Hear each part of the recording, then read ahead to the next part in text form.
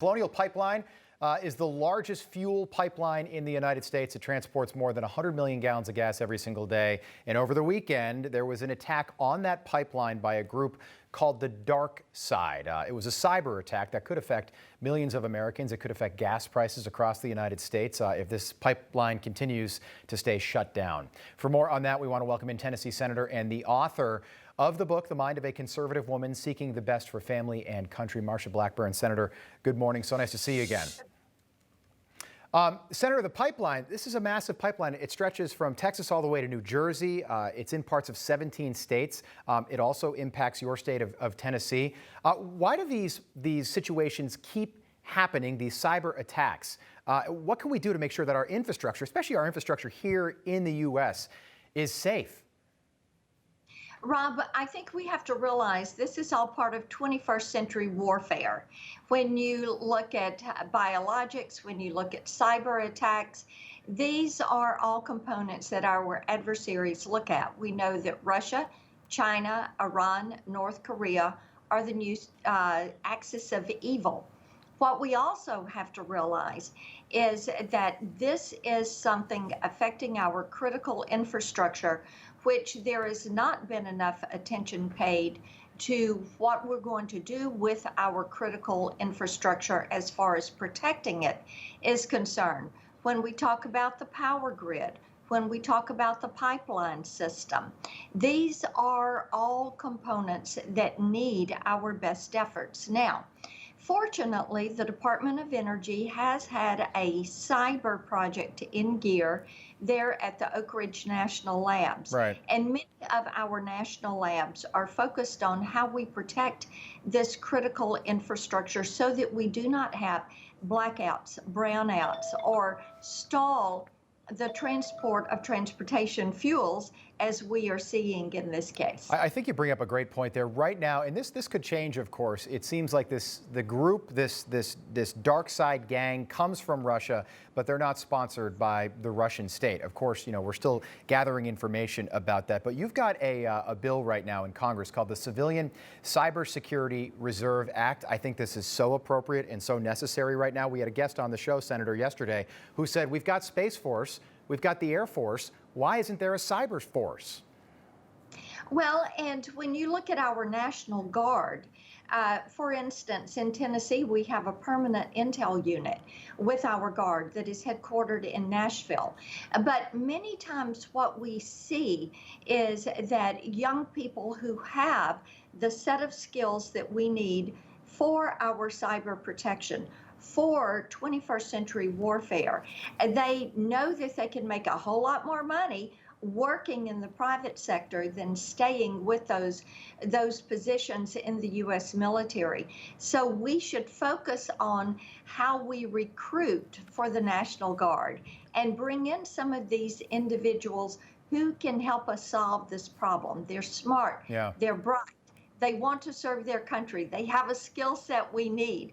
So we should begin to think differently about how we utilize and allow individuals. The other thing, Rob, as we go forward looking at how our military works and how our private sector works, we need to be more open to public-private partnerships, because there are so many innovators and creators that are working not only in these protection efforts, but they are innovating next utilizations for spectrum, for broadband, and we need to have access to some of these new concepts, new applications.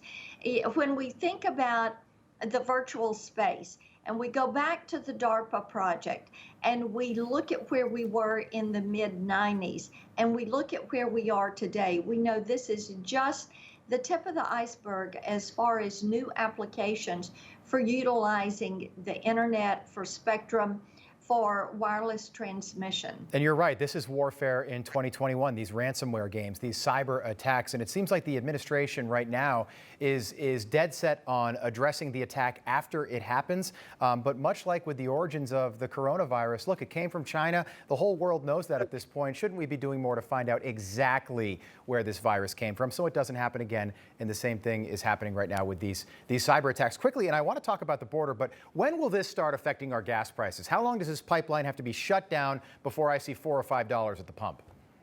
I don't know the answer to that. I know that they are looking at different ways to move the fuel. We'll see what happens over the next couple of days. And they say they want to have it reopened, hopefully by the weekend. All right, to the border. Today marks 49 days since the vice president was tapped to manage the crisis. She hasn't gone there. She did have a virtual meeting with the president of Mexico the other day, but it doesn't look like they're actually doing anything to solve this crisis, which just keeps getting worse, Senator. It does indeed, and this is completely unacceptable. To not go to the border, to not see firsthand what is happening on the border, to not be talking to your local elected officials and the sheriffs and the deputies that are out there doing the job that Border Patrol, God bless them, they can't do. They are so covered up. So it is imperative that they get to the border. And of course, the Northern Triangle has needed a focus on dealing with the Northern Triangle, holding them to account for the U.S. taxpayer dollars that are sent into that region, helping these countries rid themselves of the communists and of the cartels, and finding a normalcy there. I will tell you this, I don't think these countries, when you're talking about Ecuador and Nicaragua, I don't think they want to end up like Venezuela. Right. And I think that they are wanting to stabilize their situations. But do they want this done through the cartels coming in and going to a family and saying, okay, $7,000 a head, you can work it out after you get to the United States? This is indentured servitude. We call it modern day slavery. This you need to put a halt to this. And to have a Secretary of Homeland Security who stands up and says the border is closed when there are people. Senator, if the border is if the border is closed, and this is how bad the problem is, I don't want to see what it looks like if the border is open by the administration's standards. I'd love for you to come back and see us. I know the Senate Judiciary Committee is holding a hearing tomorrow on the essential role of immigrant workers in America. It's going to be fascinating to see what takes place tomorrow as well. That is Senator Marsha Blackburn. So nice to see you again, Senator. Thank you for coming on. Good to see you. Thanks, Rob.